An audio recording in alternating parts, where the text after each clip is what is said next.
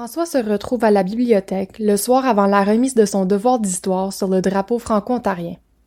La bibliothécaire a recommandé plusieurs ressources et œuvres littéraires. François, assis devant sa pile de livres. « Comment vais-je faire pour lire tout ceci? Trouver l'information pertinente et rédiger mon rapport pour demain matin.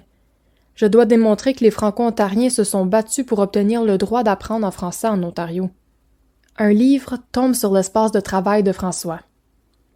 Plus les étincelles sortent du livre, plus François se sent attiré par une force étrangère. François est absorbé par le livre et se retrouve dans un néant. Suite à la rébellion de 1937 à 1938, occasionnée par des tensions politiques issues des particularités différentes, culture anglophone et francophone, entre le Haut-Canada et le Bas-Canada, Lord Durham rédige son rapport d'enquête en 1939 afin de résoudre les défis. Je suis convaincu que les politiques et les valeurs anglophones sont largement supérieures et que les Canadiens français sont sans histoire et sans littérature. Que faire pour assurer la prospérité économique du Canada?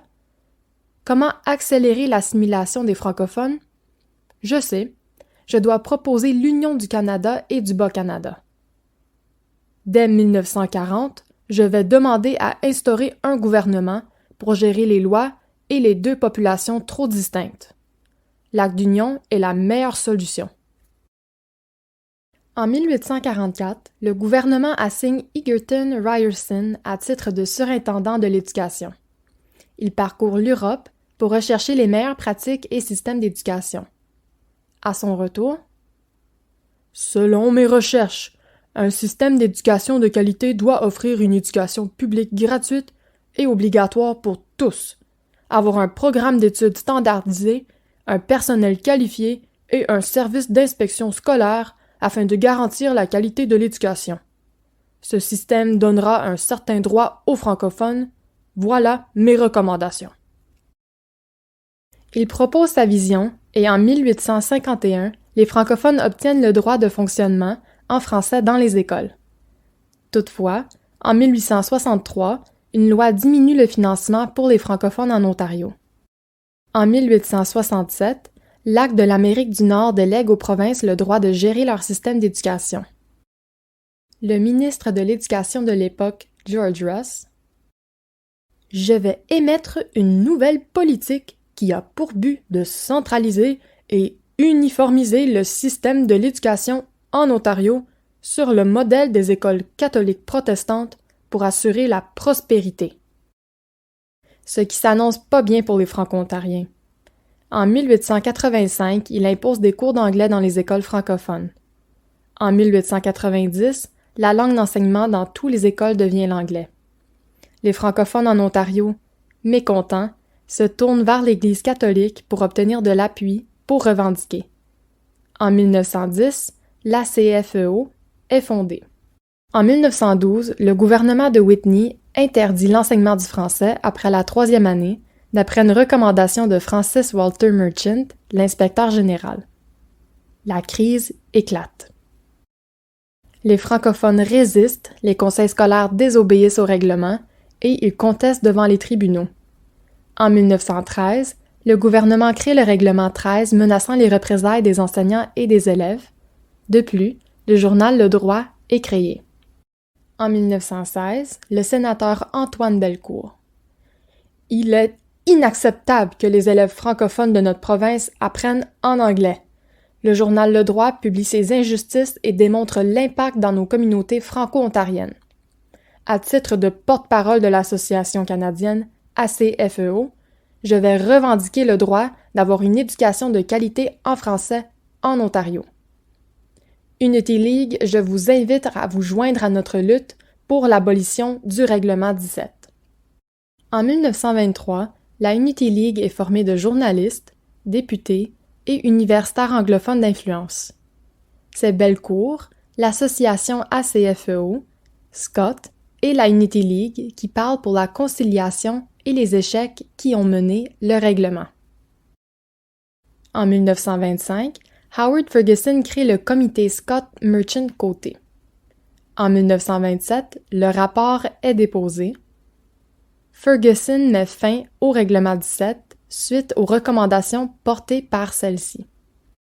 Plus d'une génération de francophones en Ontario ont été éduqués en anglais. En 1944, le règlement 17 est officiellement aboli.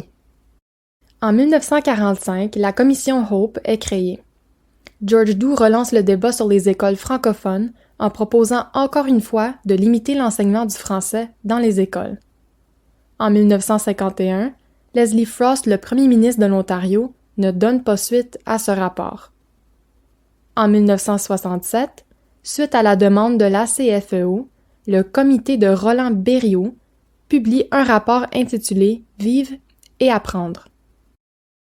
En 1968, le gouvernement crée la loi 140 sur l'administration des écoles et la loi 141 sur les écoles secondaires et les conseils scolaires.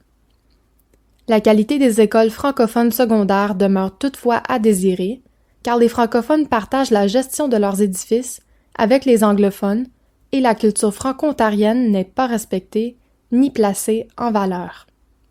Des crises éclatent dans les écoles secondaires. En 1970, la ville de Sturgeon Falls fait une demande pour une école homogène.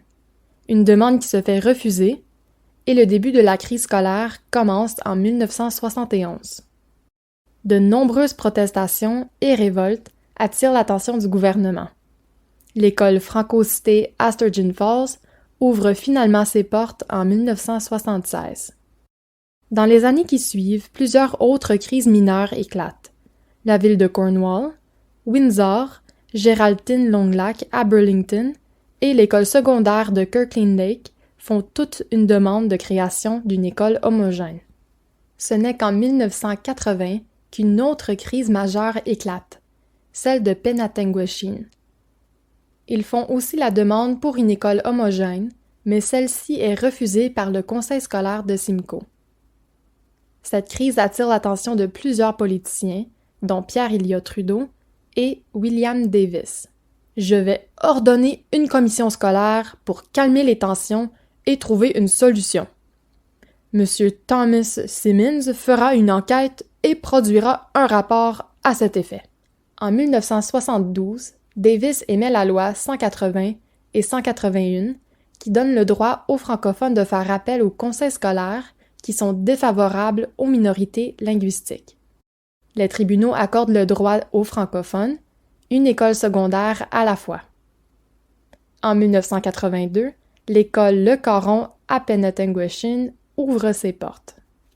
En 1982, la Charte canadienne des droits et libertés entre en vigueur et l'article 23 garantit le droit de l'éducation dans la langue minoritaire de chaque province.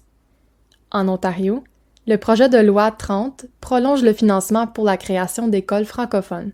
La Charte canadienne des droits et libertés et l'article 23 garantira que nos jeunes francophones reçoivent leur éducation en français en Ontario. En 1998, le gouvernement crée les 12 conseils de langue francophone.